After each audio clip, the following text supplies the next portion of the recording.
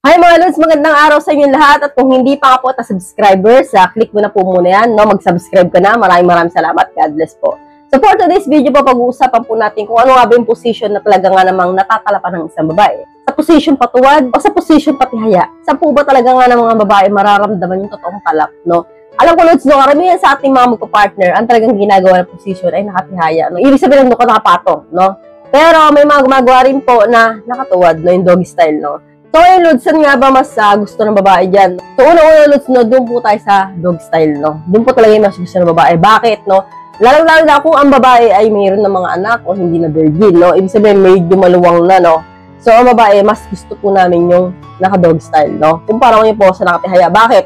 Kasi po, kapag po nakatihaya, eh, hindi po masyadong ramdam, no? Yung batuta, no? So, hindi po masyadong katalapan dyan, no? Depende na lang kung malaki yun, no? Yung imbutido. Pero kung maliit and then gusto mo yung nakapatong, hindi po masyadong matatalapan ng babae yun. Mas maganda pa rin kung nakatuwad, no? Kasi po doon, kahit medyo may kaliitan, mas ramdam po ang imbutido. So kaya po, marami pa talagang babae na kapag kunyari ng anak na, medyo maluwang yung ano nila, mas gusto po talaga nila yung dog style, no? Kasi Lods, mas parang doon babalik kami sa pagiging masigit pa, no?